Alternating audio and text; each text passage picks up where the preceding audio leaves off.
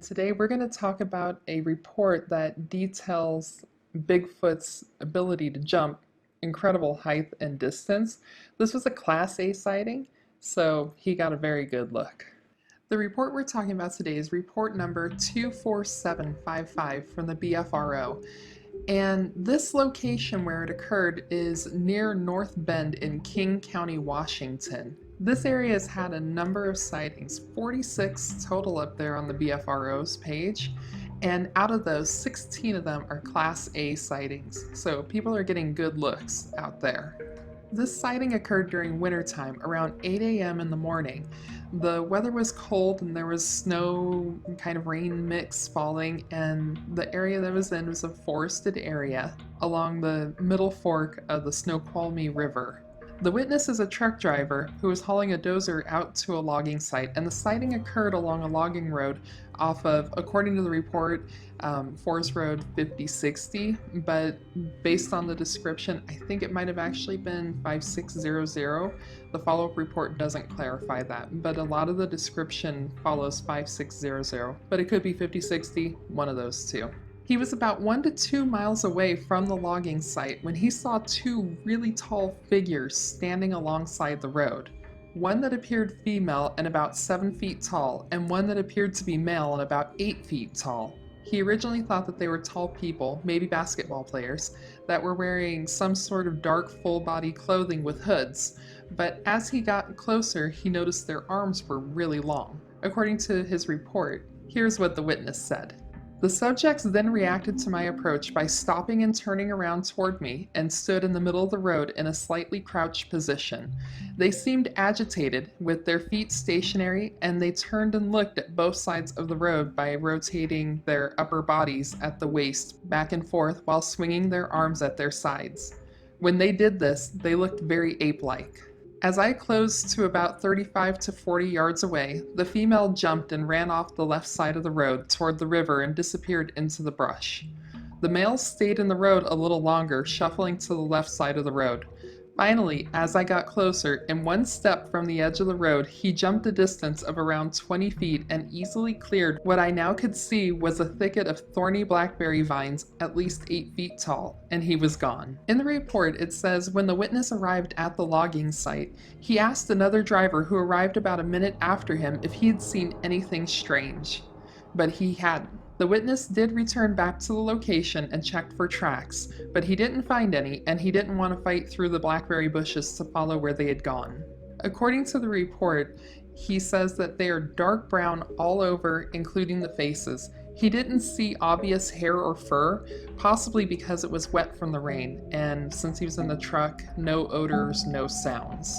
And in the follow-up report, the researcher got a little more details about why the witness thought that one was male and one was female. It says, the animals seemed to act submissive. I asked which one, and he said the one slightly behind the other. He went on saying how it had a more female-shaped body, slightly wider at the hips and a little shorter. The male, the one in front, seemed to be more in charge, more assertive. He said that his suspicion was reinforced by how the larger one in front delayed its leap to safety and paused long enough to stop anyone or anything, the vehicle, from following him.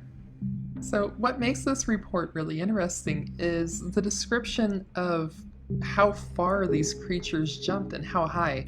I mean, 20 feet across a road and 8 feet high, that's incredible. One thing I did notice is that there was a little bit of a discrepancy about the height of the jump of the creature. So it may be that because the follow-up report, the researcher was focused a little bit more on a different part and maybe asked the question incorrectly, but the witness's original report said that it jumped over a thicket of vines that was at least 8 feet tall. So is this jumping ability possible? 8 feet high, 20 feet across? I did a little bit of checking online just to kind of see what us, as, regular humans, what we're capable of doing. And the highest standing jump from Guinness's records is at 5 foot 3.6 inches high, and that's from a complete standstill. And it's held by Evan Ungar, who is 5 foot 10 and 1/2 inches tall. He can jump almost his whole entire body height from a standstill. As for the longest long jump that a human has done, that's in the Guinness World Records, it's 29 feet, 4.36 inches. So from a standstill to jumping that distance, that's actually longer than this Bigfoot is reported as doing. So the distance, I have no problem believing that Bigfoot could do that because Mike Powell, who's only 6'2", he did that. But then again, though, one thing that is often mentioned is that a Bigfoot's body proportions are a little different than ours. So theoretically, if you're looking at a human, if a human was 9 feet tall, they could probably get pretty close to jumping 9 feet from a complete standstill. But since a Bigfoot has a little bit different body proportions from what witnesses have said, maybe they're not able to get that high. I'm not too sure about that. And that would be something that would be interesting to investigate a little bit further. See if there's a general consensus about how high Bigfoot can jump. Now, I know there's going to be a lot of people that are saying, why didn't he chase them through the blackberries? From the way that he's describing the blackberries, it sounds like these are Himalayan or evergreen blackberries. These suckers have thorns in them like nobody's business. When I was a kid, I fell in one, and it was like one of those little finger trap things. Every time you try getting out, it shreds you up even more. So I'm okay with the truck driver saying he's not going to go through the blackberry bushes. Also in the report was the really interesting description of the head movement. Now, for us humans, when we want to look at things, we just turn our heads side to side because we have this space here. But it sounds like the way he's describing this creature, it's like this, and it has to go like this. If it's having to move like that, that likely means that it's got some really bulky trapezius muscles up here, and also with a lot of other primates and apes, the way that the spinal column goes into the head is more towards the back. Ours is more towards the bottom, so we don't have that hunched over posture. We have a much more upright posture. So with those kind of descriptions about the way that they're moving, that kind of gives you an idea about what this creature's skeletal and muscular build is like. I also thought it was interesting about how he was describing the behavior, that one seemed more assertive and the other one seemed more submissive, and that's what led him to believe that one was male and one was female, along with the more curve to the hips on the female-looking one. And looking around this, the females being more submissive is pretty common with the primates. There are some that the females are more of the assertive, like the bonobos, I think that's what they are. But pretty much the other ones, the females tend to be more submissive, the males are very assertive. And it sounds like maybe that's kind of the situation that he's seeing here. And last but not least, another thing that I found really interesting about this report is how he was describing that they were looking both ways and checking up and down the road.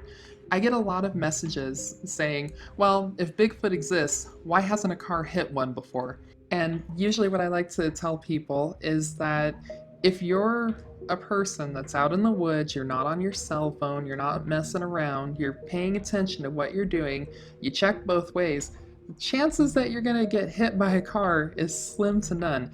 I mean, seriously, the only way that that would happen, if you looked both ways and you made sure there's no car coming, and if you're not on the cell phone and you're focused on crossing that road at that moment, the only way you would get hit by a car is, I don't know, if Doc from Back to the Future suddenly popped in through some time warp and whacked you.